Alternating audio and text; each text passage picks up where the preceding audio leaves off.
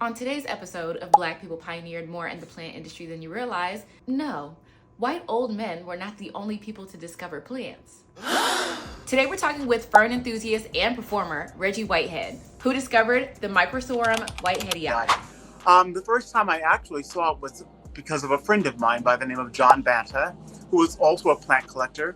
And he was out collecting plants in this place and that place and just threw this thing in the bag. And so we had no idea what it was. And then a couple of years later, I was out collecting in Sumatra. And in this area, there was this giant limestone outcropping, and these green plants were growing on there. Brought it home, sent it to a botanist friend of mine out at Berkeley, and he did his research.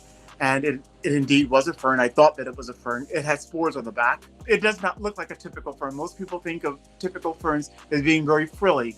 This has rather thick leaves. Hold on for 1 second. Oh my God, is that it?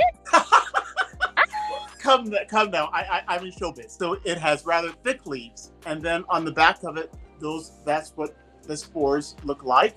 I knew that I had not seen this one, and I had done maybe 15, 16 collecting trips. My partner passed away last year.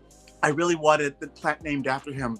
We don't name a plant after ourselves. There has to be a taxonomist who will do that.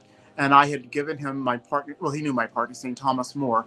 So I wanted to do a Microsorum Whiteheadiii or something like that. They said, no, Reggie, we think that you've done a lot of contribution to the fern world. We'd like to put it under your name. One of the things that I've noticed, though, is that many people are turning to the internet for information. When I used to travel, I would carry books with me.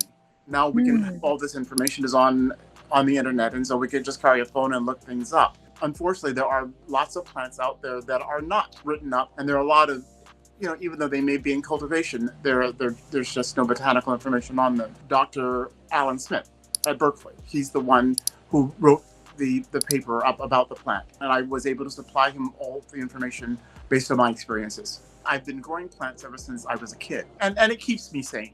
I used to go out and give a lot of talks about plants. And so the performance side of me, helps me.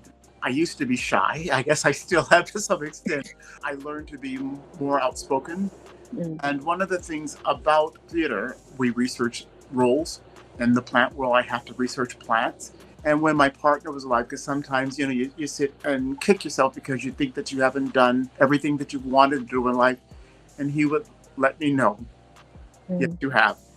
The other things that I do now, sadly, I do take them for granted. I think that everybody does this, that, and the other things. And I have to be constantly reminded, no, Reggie, you have made accomplishments. And so it's hard for me to accept. You're a rock star, and we're